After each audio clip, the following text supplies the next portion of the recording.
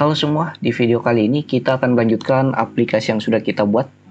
Di sini kita akan buat fitur buat pertanyaan, yaitu dari endpoint yang ini. Kita akan buat pertanyaannya dari endpoint method post, kemudian /cps sv1/question. Kita buat pertanyaannya, tapi sebelum itu, di sini kita buat dulu skema dari modelnya. Kita bisa buat satu folder, models. Oh, sudah ada. Di folder modelsnya kita buat satu model skema lagi, yaitu untuk question.js. Nah, untuk questionnya sendiri kita bisa copy yang sudah kita buat di model user, kita tinggal edit beberapa. Yang akan kita hapus di sini, mungkin validatornya kita tidak butuh, byteclipnya juga tidak, kita cuma butuh import mungusnya. Dan untuk skemanya di sini kita bisa hapus. Nah, kita buat skemanya di sini, kita buat namanya question schema. Ini saya zoom dulu supaya lebih kelihatan. Nah, ini untuk question skemanya, apa saja fill-fill yang akan kita buat untuk question skemanya. Jadi fill-fillnya, pertama mungkin kita buat fill untuk judul dari pertanyaannya, yaitu yang ini. Nah, setelah itu kita buat untuk konten dari pertanyaannya, yaitu yang ini. Dan kita buat juga untuk kategorinya. Nah, untuk kategorinya mungkin di sini kita buat tidak berupa tag, tapi kita buat untuk satu pertanyaan memiliki satu kategori. Jadi kita buat saja satu kategorinya saja untuk pertanyaannya. Dan waktu pembuatan dari datanya atau dokumennya, dan penulis dari dokumennya siapa atau penulis dari pertanyaannya siapa. Dan satu lagi yaitu berapa jumlah vote-nya. Jadi ada judul, konten, kategori, waktu pembuatannya, kemudian di sini siapa yang membuat pertanyaan, dan jumlah reviewnya atau jumlah vote-nya. Oke, kita langsung eksekusi saja di dalam codingan. Di sini ada title, yaitu judul dari pertanyaannya. Kita buat tipe datanya string, required dia harus diisi. Nah, ini judul harus diinput, dan kita buat judulnya itu unik. Jadi nanti setiap judul pertanyaan kalau sudah pernah dibuat, kita tidak bisa buat lagi pertanyaan yang sama. Di sini kita buat judul sudah pernah dibuat, atau judul pertanyaan sudah pernah dibuat. Kemudian konten, isi dari pertanyaannya apa, atau di sini question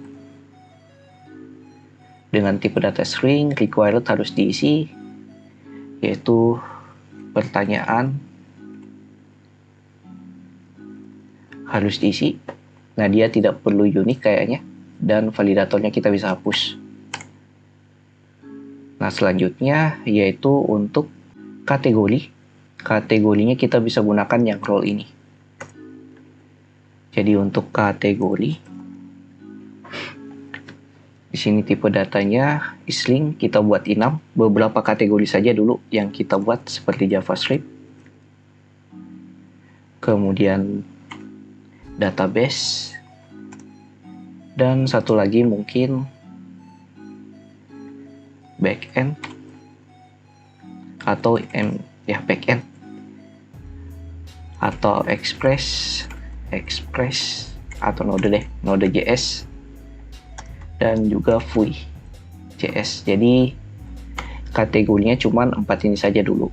Nah, untuk defaultnya kalau tidak diisi, kita buat defaultnya user, atau kita jangan buat default, kita buat required harus diisi bernilai true. Kita buat juga untuk message-nya pertanyaan harus memiliki kategori. Nah, kemudian untuk user, kita buat saja sini user ID, yaitu user yang memberikan pertanyaan siapa. Nah, untuk user ID di sini ini agak unik karena kita harus buat dia berrelasi dengan model usernya ini. Nah, berarti di sini tipe datanya berupa skema titik, type-nya berupa object ID, dan kita buat referensinya ke model bernama user ini, yang ini ya, nama modelnya user seperti ini. Kemudian kita buat juga dia terrequired, dia harus diisi. Ini user ID harus terisi. Dan satu lagi yaitu count vote-nya atau jumlah votingnya berapa. Count vote, tipe data, number. Kemudian kita kasih default value yaitu 0. Yaitu kalau kita tidak input, default value itu bernilai 0. Dan kita bisa ubah di sini. Nah, kita ubah dengan namanya di sini variable question. Modelnya kita buat namanya question. Dia ambil skemanya dari question schema. Yang ini. Kita tinggal export questionnya ke sini. Dan satu lagi mungkin kita bisa buat timestamp bernilai true, yaitu untuk waktu pembuatan dari datanya atau dokumennya. Ini kita sudah buat modelnya. Jadi modelnya ada title, question, kategori, user ID, dan juga count vote. Nah, tapi nanti di sini yang kita input cukup 3 ini saja, yaitu title, question, sama kategorinya. Yang user ID dan juga count vote. Nah, count vote kita tidak perlu isi, jadi nanti di defaultnya itu bernilai 0. Dan user ID-nya kita ambil dari user ID yang melakukan autentifikasi atau login. Kita bisa atur di question controller, bagian create question. Di sini kita import dulu model yang sudah kita buat bernama question dari model question.js. Kita tinggal jalankan fungsi questionnya. Kita buat const new question sama dengan panggil modelnya, create, buat objek.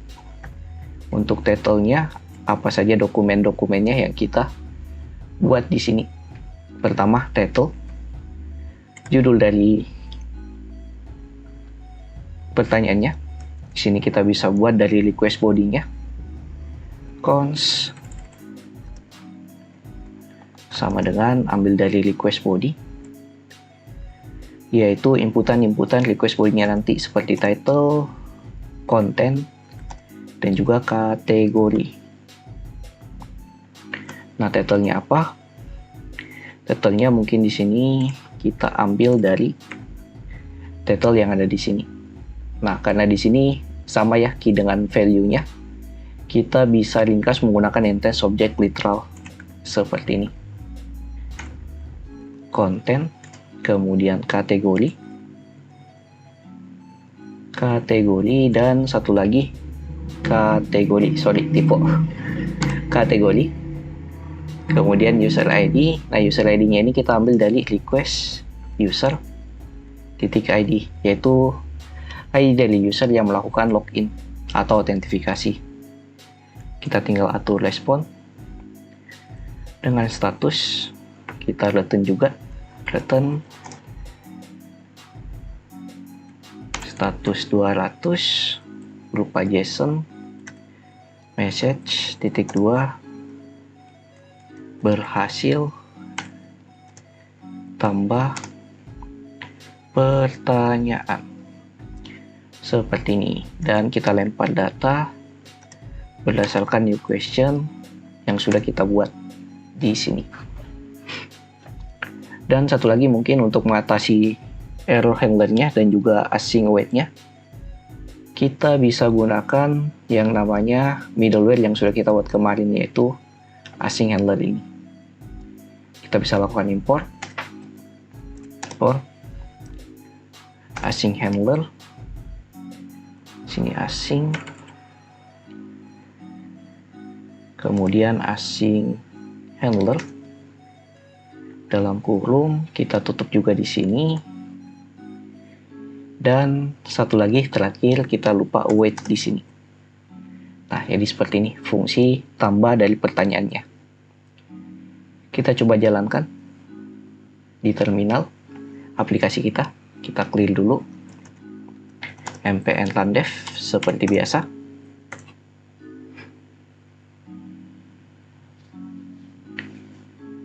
Dan kita coba testing di localhost 3000 di Postman. Di sini kita buka yang create question. Nah, di sini kita testing dulu untuk validasinya apakah jalan atau tidak. Kita langsung send. Oke, di sini ada error ID tidak bisa di read. Kita masuk lagi ke dalam codingan, kayaknya ini ada yang salah di dalam model kita. Di sini kayaknya, oh ya, di sini untuk MongoDB ID-nya itu seperti ini. Jadi request user, kemudian garis bawah ID untuk ambil ID dari user. Oh ya, dan satu lagi di sini karena kita butuh user dari ID-nya, kita buat juga di dalam question controller-nya, yaitu middleware-nya, yang out middleware ini. Jadi harus melakukan login dulu kalau dia ingin membuat pertanyaan. Kita langsung coba lagi. Send. Nah, ini kita harus lakukan login dulu. Autentifikasi, login. Saya login pakai user Reski. Send. Oke, sudah login, dapat cookies. Kita coba lagi di sini. Di send dulu, cek validasinya. Nah, ini validasinya jalan. Pertanyaan harus diinput, judul pertanyaan harus diinput, kemudian pertanyaan harus memiliki kategori. Ini kayaknya ada yang salah lagi di codingan saya buka lagi. Di model, oh ya, model namanya question bukan content.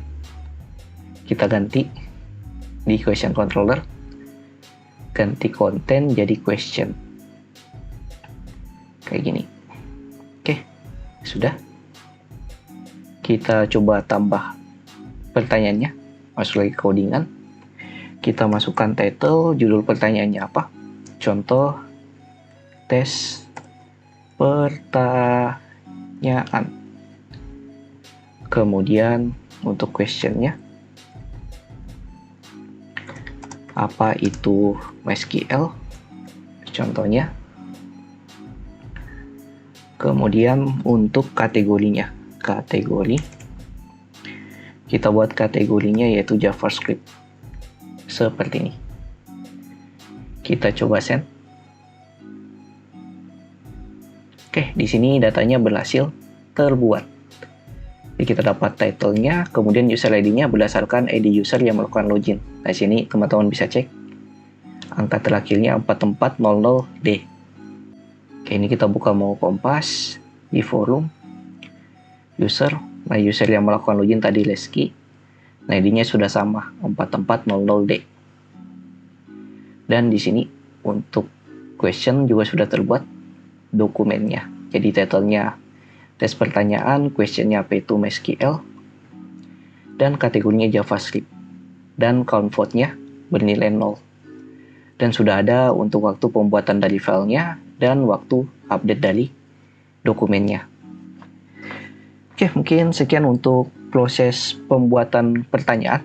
Di video berikutnya kita akan coba membuat yang namanya create dokumennya atau menampilkan semua data dari questionnya tampil di dalam endpoint yang kita buat.